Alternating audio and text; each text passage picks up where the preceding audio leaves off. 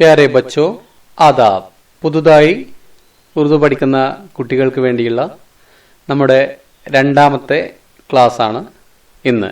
എല്ലാവരെയും ഈ ക്ലാസ്സിലേക്ക് ഹൃദ്യമായി സ്വാഗതം ചെയ്യുന്നു. സബ്കോ ഹൈർ മഖ്ദം കർത്താ ഹൂം. പ്രിയപ്പെട്ട കുട്ടികളെ, നമ്മൾ കഴിഞ്ഞ ക്ലാസ്സിൽ 3-4 വസ്തുക്കളുടെ പേരുകൾ ഉറുദുവിൽ പറയാൻ പഠിച്ചിട്ടുണ്ടായിരുന്നു. ഏതൊക്കെയായിരുന്നു? നിങ്ങൾ ആ ചിത്രങ്ങൾ കണ്ട് അവയുടെ പേരൊന്ന് ഓർത്തു നോക്കൂ. ഇവയുടെ പേരുകളാണ് നമ്മൾ പഠിച്ചത്. എന്തൊക്കെയായിരുന്നു? എങ്ങനെയാ? നമ്മൾ അതിൻ്റെ വാചകം കൂടി എഴുതിയിരുന്നു അല്ലേ? ഈ പേരുകളും നമ്മൾ പഠിച്ചു, അതോടൊപ്പം അവ ഉപയോഗിച്ചുള്ള സെന്റൻസ് ഉണ്ടാക്കി. എല്ലാവരും അത് എഴുതി ടീച്ചർമാർക്ക് അയച്ചു കൊടുത്തിട്ടുണ്ടെന്ന് വിചാരിക്കുന്നു. എന്തൊക്കെയായിരുന്നു ആ വാചകങ്ങളൊന്ന് പറയാമോ? യേ അനാർ ഹേ, യേ അമ്രൂദ് ഹേ, യേ अंगूर है, ये इमली है. വെരി ഗുഡ്, ഷാബാഷ്. അപ്പോൾ ഈ വാചകങ്ങൾ നിങ്ങളൊക്കെ ഓർക്കുന്നുണ്ടാവും, എല്ലാവർക്കും അറിയാം. ഇന്ന് നമ്മൾ പുതിയ കുറച്ച് കാര്യങ്ങളും കൂടെ പഠിക്കുകയാണ്. നിങ്ങൾ തയ്യാറല്ലേ?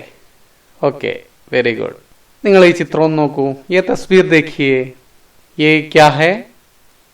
യേ കോഴിമുട്ട ഹേ. ये क्या है? ये अंडा है.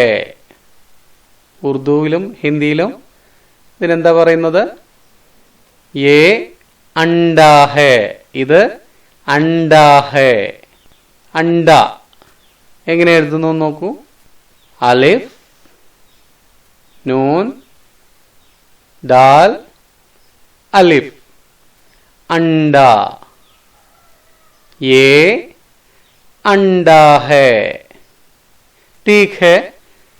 अब ये तस्वीर देखिए, इसमें क्या है? നമ്മളൊക്കെ ഉപയോഗിക്കുന്ന സാധനങ്ങളാണ് അല്ലേ നിത്യം. ये क्या है?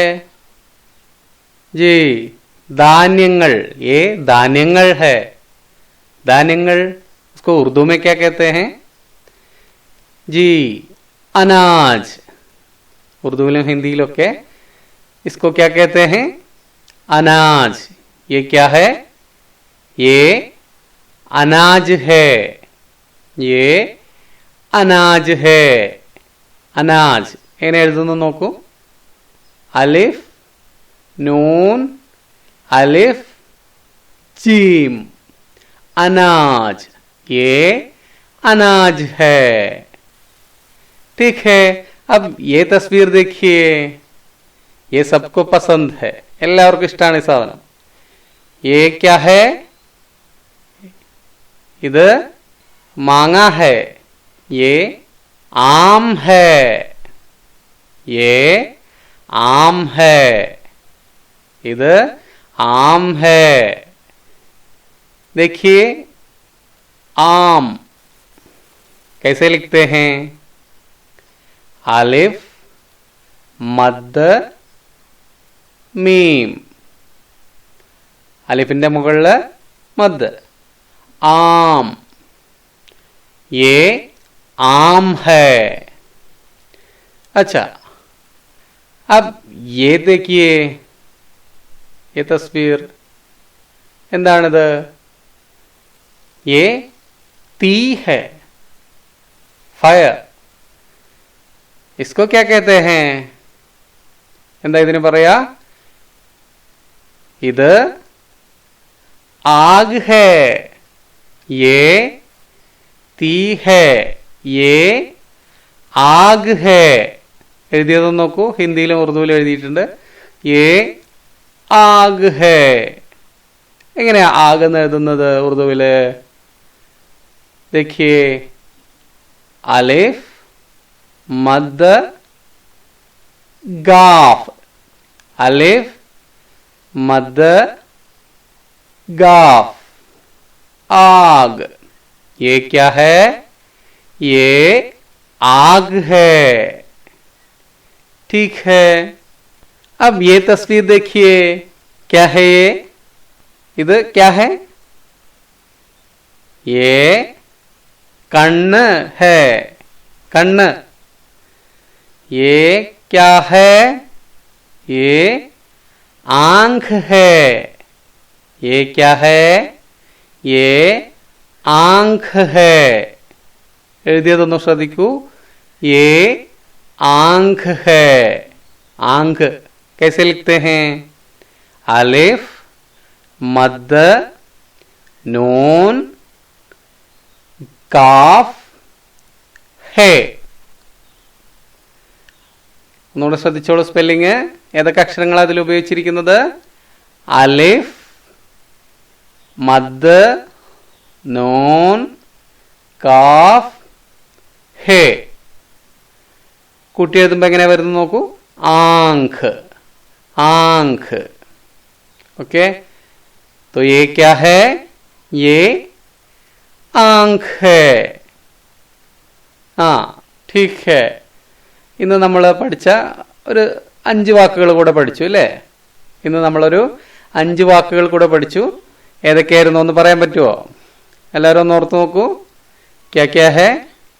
അണ്ട, അനാജ്, ആം और ആഗ്, ആങ്ക്.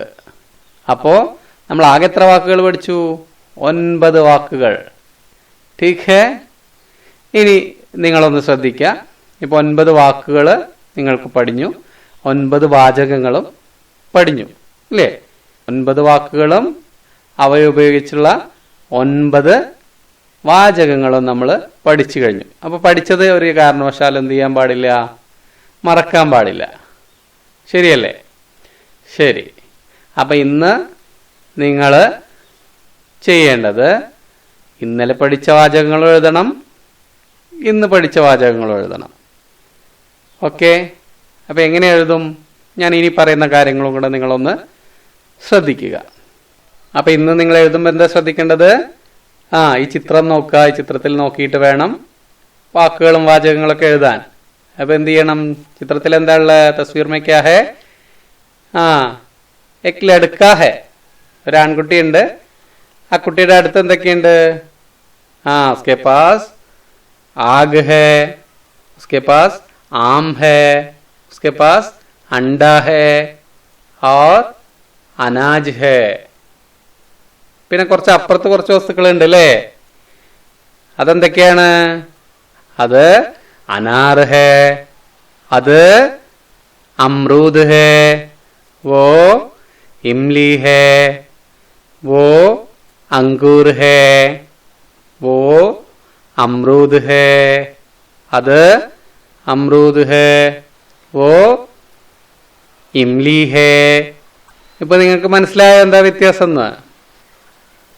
അപ്പോ കുട്ടിയുടെ അടുത്ത് കുറെ വസ്തുക്കളുണ്ട്, കുറച്ച് അപ്പുറത്ത് കുറെ വസ്തുക്കളുണ്ട്. അടുത്തുള്ള വസ്തുക്കളെ എങ്ങനെയാ പറഞ്ഞത്? യേ അണ്ടാ ഹേ, യേ അനാജ് ഹേ. ദൂരെയുള്ള വസ്തുക്കളെ എങ്ങനെയാ പറയാ? वो इमली है, वो अंगूर है. എങ്ങനെ പറയുന്നേ? അടുത്തുള്ളതാവുമ്പോ നമ്മൾ എന്ത് പറയും? യേ. കുറച്ച് അപ്പുറത്താണെങ്കിലോ? ഓ. ഹിന്ദിയിലും ഇങ്ങനെ തന്നെയാണ്, ഹിന്ദിയിലും ഉറുദുവിലൊക്കെ ഇങ്ങനെ തന്നെയാണ്. അടുത്തുള്ളതാണെങ്കിൽ യേ, യേ അണ്ടാ ഹേ, വോ അനാർ ഹേ. ഈ രൂപത്തിലാണ് നിങ്ങൾ ഉത്തരം എഴുതേണ്ടത്. ശരിയല്ലേ? എല്ലാവരും ചെയ്യുമല്ലോ. കുട്ടിയുടെ അടുത്തുള്ള വസ്തുക്കളെ നിങ്ങൾ എ എന്ന് ഉപയോഗിച്ചിട്ട് എഴുതുക. കുട്ടിയുടെ അപ്പുറത്തുള്ള വസ്തുക്കളെ, കുറച്ച് അകലെയുള്ള വസ്തുക്കളെ വോ എന്ന് ഉപയോഗിച്ച് എഴുതുക. അങ്ങനെ വാചകങ്ങൾ ഉണ്ടാക്കിയിട്ട് വേണം ഇന്ന് നിങ്ങൾ ടീച്ചർക്ക് എഴുതി അയച്ചു കൊടുക്കാൻ. ഓക്കെ. എഴുതിയാൽ മാത്രം മതിയോ? പോരാ. അപ്പോൾ വായിച്ച് അതിൻ്റെ ഓഡിയോ കൂടെ നിങ്ങൾ ടീച്ചർക്ക് അയച്ചു കൊടുക്കണം. എല്ലാവരും ചെയ്യുമല്ലോ. നിങ്ങൾക്ക് ഇന്നത്തെ ക്ലാസ് മനസ്സിലായിട്ടുണ്ടാവുമെന്ന് വിചാരിക്കുന്നു. മനസ്സിലായിട്ടില്ലെങ്കിൽ നിങ്ങൾക്കത് കമൻറ്റ് ചെയ്യാം. മനസ്സിലായിട്ടുണ്ടെങ്കിൽ അതും കമൻറ്റ് ചെയ്യാം. ഇനി നമുക്ക് അടുത്ത ക്ലാസ്സിൽ വീണ്ടും കാണാം. ശുക്രിയ. ഖുദാ ഹാഫിസ്.